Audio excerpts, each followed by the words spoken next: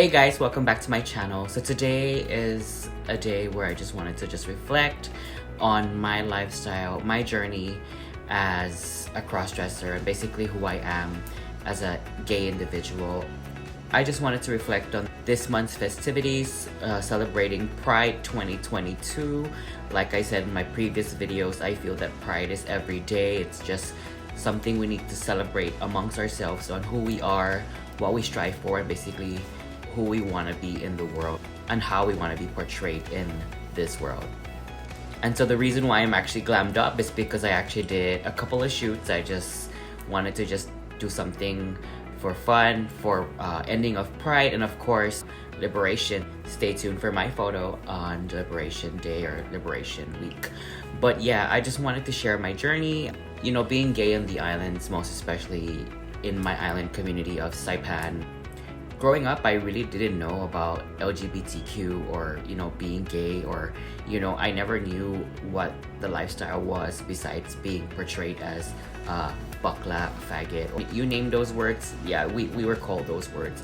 Truthfully, I knew I was gay since I was about 5. I was in Head Start. I remember actually crushing on one of my classmates, you know. It's so weird because I had a bunch of friends, and there was one friend in particular. I'm not gonna name any names because, yeah. Basically, he came one day to class and he was like, "Hey, Crispin, do you know I watched this movie and it's this guy and this girl and they're like wiggling their tongues." Of course, being 5 years old, I don't know what that meant, you know. I mean, I did see those things on TV, but, you know, I just never thought anything of it. I didn't understand why we got in trouble, but now that I think back at it, my friend and I ended up wiggling our tongues together, so basically like French kissing. Very embarrassing story, but, you know, I just wanted to share my first experience. That was when I kinda knew that I was attracted towards the same sex. Granted, I did see that one classmate as someone maybe more than a friend. Back then, you know, guys and girls, they had crushes on each other, and I couldn't understand why I wasn't really crushing on women or girls as opposed to crushing on little boys that are my age at the time. It took a journey getting to where I'm at, coming out of the closet. I came out a few years after high school, and I don't know if you saw my video that reflected on that. Yeah, I actually came out around 2004 or 5. My mom and I, we just have this relationship where we're like friends. We're not really like son and mom or mom and daughter. No, we don't have that kind of relationship. I came back from Venezuela. I already had that drive and that determination to just coming out. So I just told myself I wanted to just share with one person, and that was my mom. And I didn't care whether she approved of it or not. Of course, we would always want our parents' approval, but so what I did was I took a piece of paper. I wrote on the piece of paper, "I like boys," crumpled it up, and I threw it at her. I was like, "Mom," and she's like, "What?" And I just threw it at her, and she opened it up and she's like, "What does this mean?" And I'm like, "Do you not know how to read?" You know, I got really defensive because at the time I was just thinking, oh my gosh, like here I am like trying to share. You know, I was just thinking like, oh my god, I don't think she accepts who I am. And I was basically coming clean on who I am, you know. And of course, it took a while. It took a journey. A few months or maybe a year later, I joined a pageant, and it's so funny to look back into that because in 2006 I ran for Queen of Queens, and it was a pageant on our neighboring island of Guam, and I came back with second runner-up. And I remember coming in, my mom was like, "Why didn't you win?" And I'm like, "Hello, the judges wanted me to come back next year." But all jokes aside, it took a journey for my mom and my dad to accept who I am as a gay individual. With my dad, I never really shared. I never really told him the words that I was gay. He just had a hunch, and of course my sisters were hinting him on the crown on the china cabinet being mine and not my sister. Yeah. So I actually joined a couple of pageants. Besides Queen of Queens 2006, I joined another pageant here on island, and then I joined another one, a bigger one, Miss Pacificana 2012. That is where I really enjoyed myself because I was able to just be myself and be free. Unfortunately, I did not make top, but that means I'm gonna join again, right? Pageantry has always been very important to me. For me, it portrays who I am as a woman. When I join pageants, I'm able to just express myself and who my inner alter ego is, which is Aris. It used to be Arissa, but I took out the A because it's by the letter, it looks better and it sounds a little bit more exotic. Aris. You think so? And Aris is also short for Aristotle. One thing that always bothers me is that wherever I go, regardless of who I'm with, whatever the event I go to is, I feel like I'm always being prejudged. You know what I mean? Like, people start to judge you, especially if you're the type that's like a cross-dresser or somebody that is more feminine. I actually think I'm blessed to be feminine, considering I'm a cross-dresser, and it works in my favor because I'm all about the glam and just being exotic and pretty and, you know, more woman-like. One thing that always bothers me is that a few people, especially men, have this mentality that just because I'm gay, that I'm interested in them. Like, oh my gosh, they just like totally freak out. They start to treat me like I'm a coronavirus. Like, seriously. All jokes aside, it's kind of sad because like I could go to a men's restroom, for example, and like I'm just going in, not even caring about who's in the restroom. I'm doing my own thing. Of course, I'm gonna use the restroom or wash my hands or whatever. And sometimes it just sucks because guys just tend to just like zip up and run away. Like, I wasn't even approaching you, bro. That's one thing also that I don't really care for. Don't address me as bro if you see me looking like this. Even just me regularly. On a good day, you'll see me with lashes and brows. That's almost every day. Don't address me as bro, sis.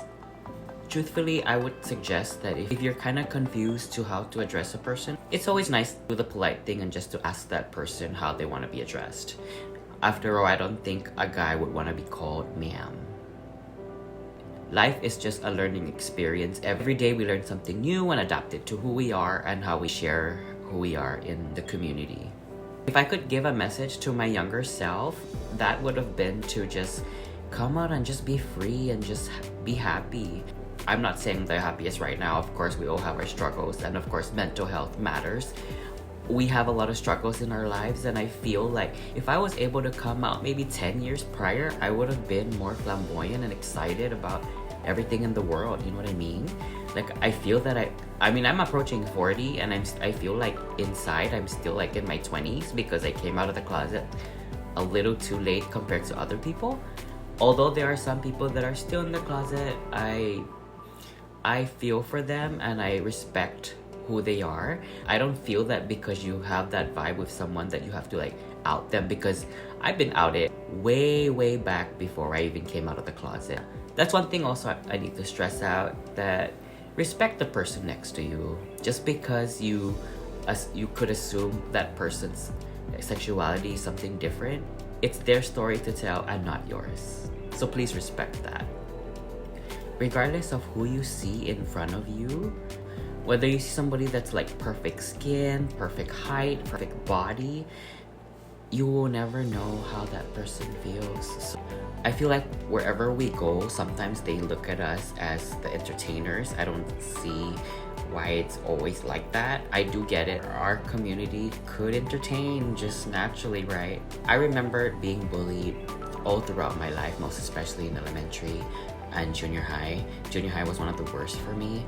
But yeah, back in elementary, I remember like actually being in the restroom. It's another restroom situation where I was just, you know, doing my own business, and you know, my classmate comes in. He starts to go, and we're just on the stall, and it's just wide open because we're in public school, right? It's just one big open tub where you just pee or whatever. And like, you know, he called my name, and of course I looked at him, and he said, "Look at this." And of course, immediate response, you just kind of go with the flow, and you know, I looked at his thing, and after that scenario, he actually went around and told everybody that I was looking at him and I was just wanting him and everything, and that wasn't the case at all. I think it was very unfortunate that he put me in that situation where he thought that I wanted him or like was interested in him when I really wasn't. It's just dumb, seriously, and it's okay.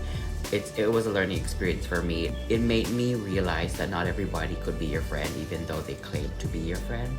And that is why I always try to keep myself with positive people or people that I can vibe with. I don't think that it's a bad thing to like shy away from other individuals that make you feel uncomfortable, or maybe just isn't somebody that you want to get to know at the time. Because like I said, mental health is a big thing. Like, if there's anything I could stress out, it's just let us be. Being in the community now is a lot more accepting, and I'm very proud of that. Hence, we are celebrating Pride Month. And it's really touching to know that we've come a long way to where we were. And don't get me wrong, there are still a lot of things that we can learn from each other. It's great to see that the community is more accepting of who we are as individuals. That's actually one of the reasons why I wanted to join YouTube in the first place. I never wanted to create videos in the past. And if there was anything that COVID taught me, was to just reflect on life and just appreciate life. It's a journey, trust me. There are a lot of days where I don't feel like adulting. Unfortunately, my parents are not here anymore, so I just have to be an adult till they come back. No, I'm just joking. Yeah, it's just great to know that you have support, and that's one thing that I could stress out with this video. It's not only about celebrating Pride Month, but really just reflecting on my journey and basically my growth towards myself being a gay individual or a cross-dresser, but also as a content creator for YouTube. One thing I will stress out that YouTube made me more excited about with life is getting feedback from the community, most especially when I'm out and about and like people just approach me about something I did on my previous video, or even just sharing their ideas or suggestions on my next videos. It means a lot to me. But the most meaningful thing that I would want to share is to those individuals that have reached out to me via Messenger or any of my social media platforms or message. It really means a lot to know that I inspire, because the truth is, I didn't think I was going to be inspiring to anyone. I joined YouTube to inspire myself to be better and just to share who I am and just everything that excites me or bothers me via YouTube, just to be in the moment and just share my journey in life. Life is precious, and if there's anything I could stress out is embrace who you are and just enjoy everyone that's around you. The world is not as colorful as you think, so just embrace life. I really appreciate that you are still here watching my video.